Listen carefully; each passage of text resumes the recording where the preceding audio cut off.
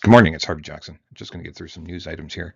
Canada-U.S. trade balance. I thought I would touch on that first, as the agreement or the USMCA agreement is coming up for renewal July 1st. They are saying that it's not critical; it has to be done by then. But everything outside of the agreement looks like it's going to have a tariff. And brain dead Carney is not really doing anything there. But I can show you a little bit of the details here. You can see here. Of course, the balance between uh, the goods that we import and versus exports. So you can see that the energy products balance is weighted a lot higher versus what we actually buy. You can see that this is just the month of March, and this is our exports, and this is our imports. So you can see that we're pretty close in dollar value of imports versus exports. And to who? Oh, wow. Yeah.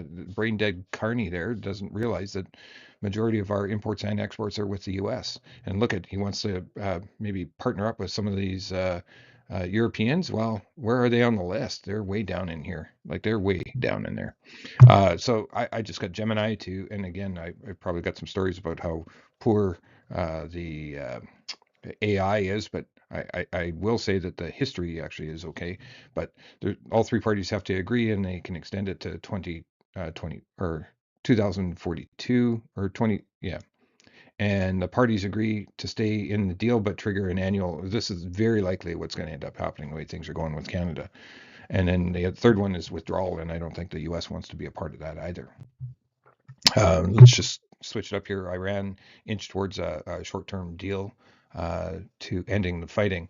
Hopes have even a partial deal could lead to the reopening of the strait, have already moved markets with global stocks approaching record highs on Thursday. Oil prices nursing steep losses on bets that supply disruptions could ease. There's still going to be a problem with existing inventories that need to get filled, with the futures market prices in the futures, not just the spot price, with the anticipation that the market is going in a direction. We know that with all of our grains as well. Like as soon as it rains in an area, well, holy smoke, we got grain, and the market prices in a supply or forecasting with lower rainfall, and all of a sudden you've got the market rising, or trade disruptions, you name it. Um, so just looking at tanker movement here, you can see that there is some movement, but it's very limited. Another interesting thing is just the real estate uh, uh, housing investment as a percentage of GDP, and you can see that Canada, because of our immigration policy, is definitely having to lean in on the investment.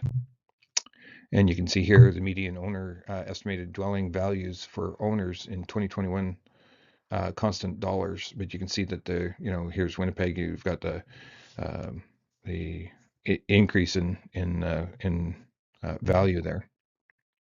Quick look at the weather. This is yesterday's news. We'll just see how it compares. There's a bullseye there that's going to affect some winter wheat. So Kansas winter wheat crop, or the hard red winter, and it shifted. So you can see it's cold still in Manitoba, Saskatchewan.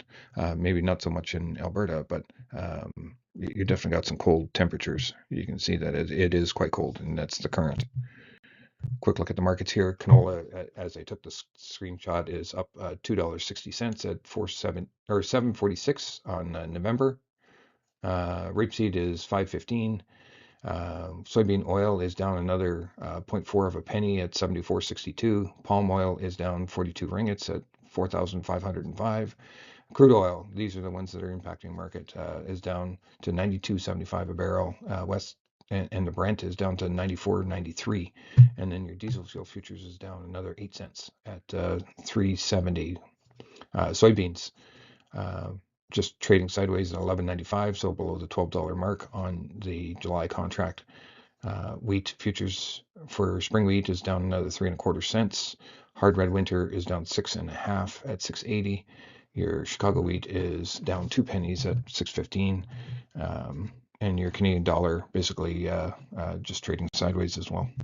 Let's have a quick look at it here. Yesterday's down day went down farther, retraced all the way down to that orange line, but it did close below the 10-day moving average, and even with a little bit of a positive from the open, it's green today, but still below the 10-day moving average. And slow stochastics is actually pointing a sell as well.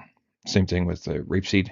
You can see that it is now just trading below the 10-day moving average as well. Soybeans oil is not yet at that point, but it's getting close. And here's your soybeans, and it's just getting back into this this sideways channel range here. When you look at the palm oil back below that blue line, didn't stay up there for more than 48 hours, and then pulled back, and it is below that 10-day moving average as well. Here we are with the crude oil. It looks like it's been a slide for over a week, but it sure doesn't feel like it. But we are trading at 92 at the moment when I took that screenshot. Brent is at 99, so below the $100. And your diesel fuel futures, here we are, below the 10-day moving average as well. Canadian dollar looks like it's tracking more sideways now. Last week has been with a downward slant, but it's still in this mid-range of the 73-cent area for sure. And the US dollar index looks like it's in that same downward slant as well. Gold futures above your 10-day moving average, up against your 50-day and your 20-day, trading right in that range. Everything is going sideways for quite some time here. The other one I want to take note of is copper futures. It's strong. And your S&P it basically gapped higher here with that news of the crude oil. Let's have a quick look at wheat. Slide for multiple sessions here going down. The last 2 days it's been trading below the 10-day moving average, now approaching the 20-day moving average, and it's a sell. Same thing with the new crop, and then Kansas, same timeline, and just the last couple of days below the 10-day moving average. Chicago, same thing. It's 3 days below the 10-day moving average. And your milling wheat, 2 days below, and because it's been so choppy, it's below the 20-day and your 50-day now, going up against your 100-day. Corn futures, there's some medium-term moving averages, so you get your 100-day or 50-day and your 20-day, where the market is currently trading right at the moment as well.